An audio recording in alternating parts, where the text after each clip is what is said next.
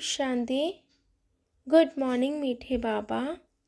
आज 12 जानुआरी 2026 साकार मुरली बाबा कहते मीठे बच्चे तुमको पवित्र दुनिया को जीवाकू हेले काम महाशत्रु उपरे विजय प्राप्त करने को हेबा। काम जीत जगत जीत हेबाकू पड़िबा। बाबा कहते मीठे बच्चे तुमको पवित्र दुनिया को जीवाकू हेले काम महाशत्रु उपरे विजय प्राप्त करने को हेबा। काम जीत जगत जीत हेबाकू पड़िबा। आजिर प्रश्न प्रत्येक संतान निजर कार्यकलाप द्वारा क्यों साक्षात्कार समस्त को कराई परिबे। प्रत्येक संतान निजर कार्यकलाप द्वारा क्यों साक्षात्कार समस्त को कराई परिबे। आजिर उत्तर मु हंस ना बग। यह प्रत्येक निजर कार्यकलाप द्वारा समस्त को साक्षात्कार कराई परिबे।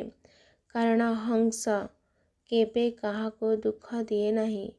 बग माने ही दुख दे थांती कारण से माने बिकारी अटंती। तुमे पिला माने एबे बगरु हंस होइछ।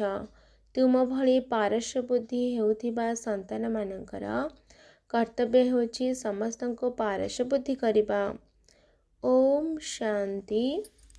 धारणा पाई मुख्य सार 1 नंबर मायार धोकारु रक्षा पाइबा पाई इच्छा मात्र अविद्या हेबाकू पड़िबा। एही बिकारी दुनिया सह मन लगाइबार नाही।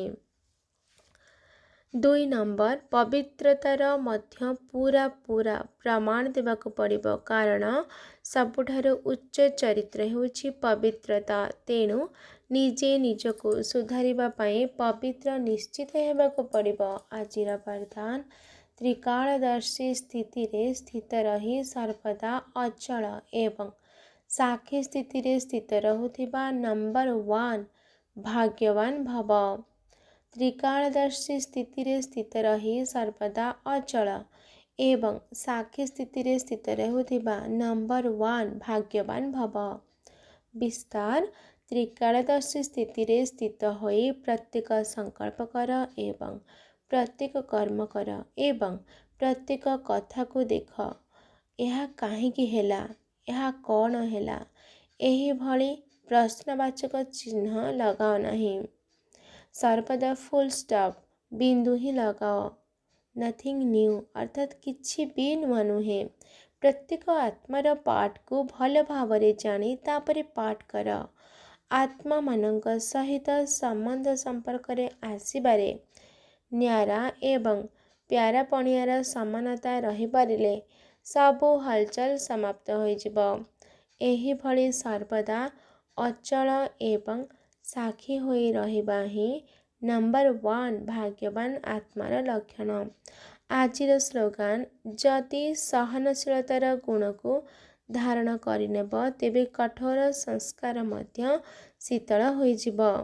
जदि सहनशीलतार गुण को धारण करिनेब तेबे कठोर संस्कार मध्य शीतल होई जिवो। आजिर अव्यक्त इशारा एही अव्यक्त मासरे बंधन मुक्त स्थितिर अनुभव कर। तुमे माने कर स्लोगान हेला मुक्ति एवं जीवन मुक्ति। आमर जन्म सिद्ध अधिकार परम धाम रे एही कथा जानी परिबो नाही जे मुक्ति कौन व जीवन मुक्ति कौन। एहार अनुभव ए ब्राह्मण जीवन रे ही करबा को हेबा। अच्छा आजिर याद प्यार मीठे मीठे सिकिला दे संतान मानक प्रति माता पिता बाप दादांकर मधुर स्नेह संपन्न शुभेच्छा एवं सुप्रभात। आत्मिक पितांकर आत्मिक संतान मानक नमस्ते। आत्मिक संतानंकर आत्मिक माता पिता बाप दादांको याद प्यार नमस्ते नमस्ते नमस्ते। शुक्रिया बाबा शुक्रिया। अच्छा ओम शांति ओम शांति ओम शांति।